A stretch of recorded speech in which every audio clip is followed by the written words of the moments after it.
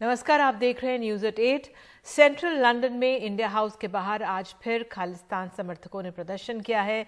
London police ने India house के आसपास अब सुरक्षा बढ़ा दी है और प्रदर्शनकारियों को सड़क के दूसरी ओर से आगे नहीं बढ़ने दिया। प्रदर्शन के दौरान 30 मेट्रोपॉलिटन अधिकारी भारतीय दूतावास पर तैनात रहे। साथ ही पुलिस ने बैरिकेड्स भी लगा दिए। रविवार को भी इंडिया हाउस पर खालिस्तान के समर्थकों ने प्रदर्शन किया था और तिरंगे को भी उतारने की कोशिश की थी, जिसके बाद भारत ने ब्रिटेन के सबसे वरिष्ठ राजनयिक को तलब कर कड़ी आपत्ति जताई थी। वहीं आज भारत सरकार ने दिल्ली में ब्रिटिश हाई कमीशन के सामने लगे अतिरिक्त बैरिकेड्स हटा दिए थे। सवाल उठा था कि क्या भारत ने ब्रिटिश हाई कमीशन की सुरक्षा में कमी कर दी है, लेकिन दिल्ली पुलिस ने इस पर टिप्पणी करने से इनकार किया है।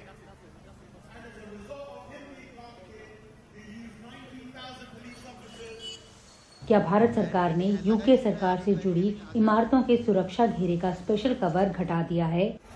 क्या लंदन में भारत के उच्चायोग के बाहर जो हुआ उसकी वजह से यूके के हाई कमिश्नर के घर के बाहर सुरक्षा में भी कटौती हुई है? जानकारी के मुताबिक कूटनीति में जैसे को तैसा का फॉर्मूला आजमाते हुए भारत सरकार ने नई दिल्ली स्थित ब्रिटिश उच्चायोग और ब्रिटिश उच्चायुक्त के आवास पर सुरक्षा में कमी कर दी है। इन दोनों जगहों के बाहरी गेट पर बैरिकेड्स लगे होते थे, जिनको बुधवार सुबह हटा दिया गया। इन बैरिकेड्स को सुरक्षा व्यवस्था का पहला घेरा माना जाता था।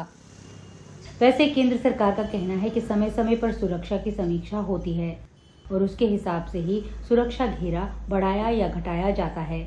उधर ब्रिटिश हाई कमीशन से जब ये सवाल पूछा गया तो उनका जवाब था कि सुरक्षा से जुड़े हुए मुद्दों पर वो कुछ कहना पसंद नहीं करते।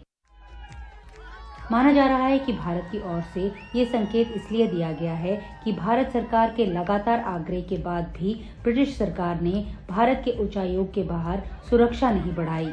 खालिस्तानी समर्थकों की तरफ से पिछले एक हफ्ते में वहां 2 बार हिंसक प्रदर्शन किए गए हैं। पहले रविवार को खालिस्तान समर्थकों ने उच्चायोग पर लगे तिरंगे का भी अपमान करने की कोशिश की थी। ये इलाका हाईली सेंसिटाइज जोन की श्रेणी में आता है। हाई रेजोल्यूशन कैमरा इस राउंड अबाउट के आसपास आपको चारों तरफ दिखाई देंगे। सूत्रों का कहना है कि ये कहना कि भारत सरकार किसी भी हाई कमीशन या फिर किसी डिप्लोमेट की सुरक्षा को लेकर कोताही बरतेगी, ऐसा कहना गलत होगा। नई दिल्ली से नीता शर्मा, एनडीटीवी इंडिया के लिए। पंजाब में फरार चल रहे खालिस्तान समर्थक अमृतपाल सिंह की नई तस्वीर सामने आई है। इसमें गुलाबी पगड़ी में अमृतपाल जुगाड़ गाड़ी में भागता नजर आया। तस्वीर में बाइक में पेट्रोल खत्म होने के बाद अमृतपाल एक जुगाड़ गाड़ी में सवार है और उसी पर बाइक भी रख ली थी। अमृतपाल गुलाबी पगड़ी और काले रंग का चश्मा लगाए इसमें नजर आ रहा है। तो पंजाब में खालिस्तान समर्थक अमृतपाल सिंह को फरार हुए 5 दिन हो चुके हैं, लेकिन पुलिस अब तक उसे पकड़ नहीं पाई है। आज पंजाब पुलिस ने उस ब्रेजा कार और बाइक को बरामद कर लिया जिनका इस्तेमाल अमृतपाल ने भागने के लिए किया। 18 मार्च को मर्सिडीज से उतरने के बाद अमृतपाल ब्रेजा कार में भागा था और उसे आज होशियारपुर से बरामद कर लिया गया है गाड़ी को। पंजाब पुलिस ने अमृतपाल को कार और बाइक मुहैया कराने वाले मनप्रीत, गुरप्रीत, गुरबेज और हरप्रीत को गिरफ्तार कर लिया है। चारों हैं जालंधर के रहने वाले हैं। और अधिक जानकारी दे रहे हैं वहां से हमारे सहयोगी सौरभ शुक्ला। हम इस वक्त शाहकोट पुलिस स्टेशन में है। पंजाब पुलिस ने गुरप्रीत, हरप्रीत, तेजा और हैप्पी को गिरफ्तार किया। इन चारों ने पंजाब पुलिस की आंखों में धूल झोंकते हुए मदद की थी ब्रेजा कार और मोटरसाइकिल दिलाने में। ये चारों आरोपी हैं। ब्रेजा कार इन्होंने प्रोवाइड कराई थी। इसमें से देखिए ये तस्वीरें हैं। मनप्रीत, हरप्रीत, गुरप्रीत और गुरमेज, इन्होंने चारों ने ब्रेजा कार मुहैया कराई थी भागने के लिए और मोटरसाइकिलों का इस्तेमाल किया था। बप्पलप्रीत के कहने पर ब्रेजा गाड़ी, दोनों प्लेटिना प्रोवाइड कराई थी। ये पंजाब पुलिस इनको कोर्ट में पेश करी है। पंजाब पुलिस ने इनको गिरफ्तार किया है। ये चारों शाहकोट के रहने वाले हैं। इन्हें पंजाब पुलिस ने गिरफ्तार किया है। इन्होंने ही ब्रेजा कार और ब्रेजा कार के अलावा जो प्लेटिना मोटरसाइकिल है वो प्रोवाइड कराई थी। 2 दिन लगभग 24 घंटे की पूछताछ के बाद पंजाब पुलिस इन्हें कोर्ट में पेश कर रही है। अमृतपाल की मदद करने का इन पर आरोप है। इन पर भी मुकदमा दायर किया गया है। 2 अपराधी उस गाड़ी में और 2 अपराधी इस गाड़ी में, इन्हें कोर्ट में पेश किया जा रहा है। और आप देख सकते हैं पंजाब पुलिस इन्हें कोर्ट में पेश करने के लिए ले जा रही है। और कितनी पुलिस फोर्स और साथ में जो पैरामिलिट्री फोर्स है वो भी यहाँ पर इनको लेकर के जा रही है। एक आरोपी है वो व्हील चेयर में है और बाकी जो 3 हैं उन्हें पंजाब पुलिस ले जा चुकी है। ये मोटरसाइकिल प्लेटिना है जिसको पंजाब पुलिस ने आज जलंधर के दारापुर से रिकवर किया है। इसी प्लेटिना मोटरसाइकिल में पीछे बैठ करके अमृतपाल फरार हुआ। जो मोटरसाइकिल चला रहा था वो था पप्पलप्रीत सिंह। ये जो अमृतपाल था, इस ब्रेजा गाड़ी को अमृतपाल तक पहुंचाने में इन चारों का योगदान था। उसके बाद अमृतपाल पप्पलप्रीत के साथ बैठ करके मोटरसाइकिल में फरार हो गया। दोनों मोटरसाइकिलों को भी इन्हीं चारों आरोपियों ने अमृतपाल और पप्पलप्रीत को प्रोवाइड कराया था। सहयोगी संजय कौशिक के साथ सौरभ शुक्ला, एनडीटीवी इंडिया। दिल्ली में आम आदमी पार्टी की सरकार ने अपना बजट पेश किया। बजट में शिक्षा के लिए 16,575 करोड़ का प्रस्ताव, सभी स्कूलों को 20-20 कंप्यूटर, सभी शिक्षकों को नई टैबलेट, स्वास्थ्य पर 9,742 करोड़ का प्रस्ताव, दिसंबर 2023 तक ओखला, मार्च 2024 तक भलसवा और दिसंबर तक गाजीपुर लैंडफिल साइट को खत्म करने के लिए कर देंगे, ऐसा कहा गया। और इसके लिए 850 करोड़ का बजट रखा गया है।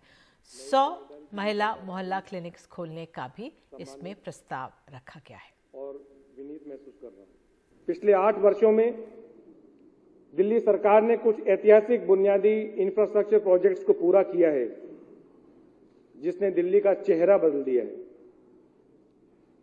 2018 में बनकर तैयार हुआ सिग्नेचर ब्रिज आज दिल्ली वासियों को गर्व का एहसास कराता है।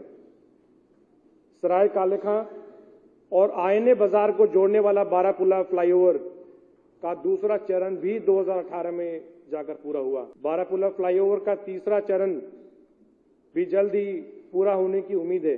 पिछले 8 वर्षों में पीडब्ल्यूडी ने 28 नए फ्लाईओवर, अध्यक्ष जी 28 नए फ्लाईओवर, एलिवेटेड सड़कों और पुलों का निर्माण किया है।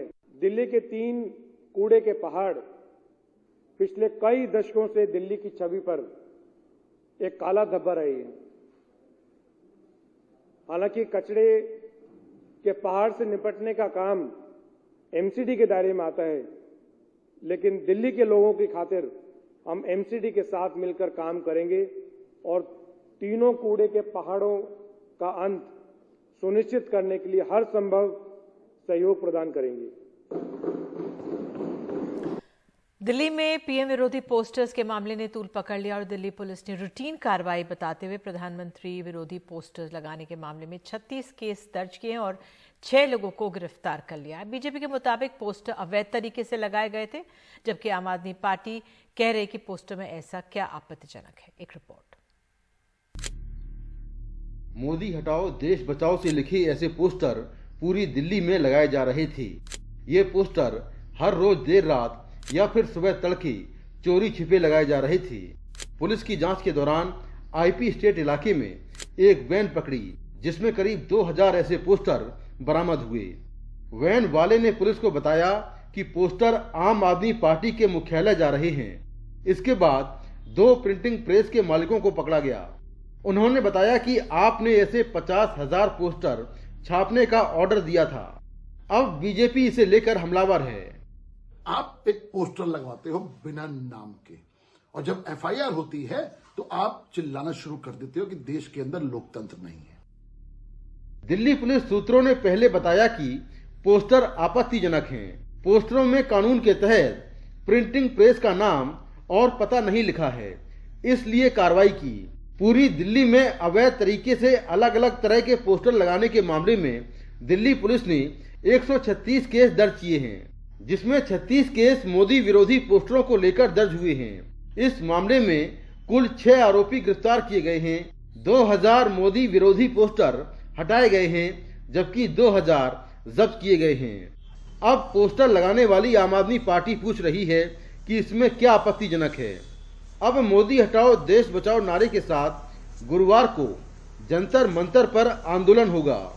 हजारों पोस्टर जो है बीजेपी लगाती रहती है, कभी तो एफआईआर नहीं होता। रोजाना अरविंद केजरीवाल के खिलाफ पोस्टर लगाती रहती है। मुझे लगता है कि ये कहीं ना कहीं एक डर दिखा रहा है, क्योंकि ये पार्टियों का अधिकार है, लोगों का अधिकार है कि क्या नारा लगाते हैं।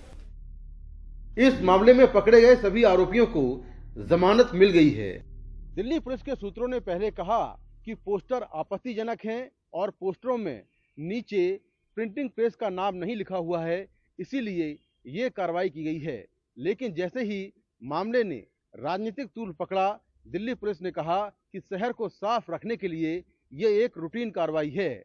लेकिन अब ये मामला इतना राजनीतिक तूल पकड़ गया है कि इसकी गूंज गुरुवार को जंतर मंतर से सुनाई देगी। नई दिल्ली से मुकेश सिंह सेंगर, एनडीटीवी इंडिया। मुख्यमंत्री ममता बनर्जी उड़ीसा के दौरे पर हैं। आज उन्होंने पुरी में जगन्नाथ जी मंदिर में जाकर दर्शन किए हैं। वहीं कल वे उड़ीसा के मुख्यमंत्री नवीन पटनायक से मुलाकात करेंगी। ममता बनर्जी का यह दौरा 2024 के चुनाव के लिए गैर कांग्रेसी मोर्चे की कवायद के तौर पर देखा जा रहा है।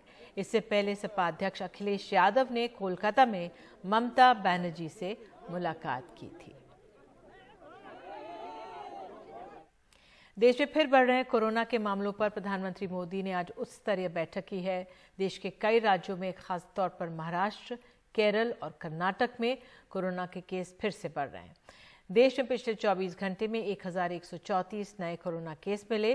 पिछले 24 घंटे में संक्रमण दर 1% रही और कोरोना के एक्टिव केस अब 7000 से ज्यादा है।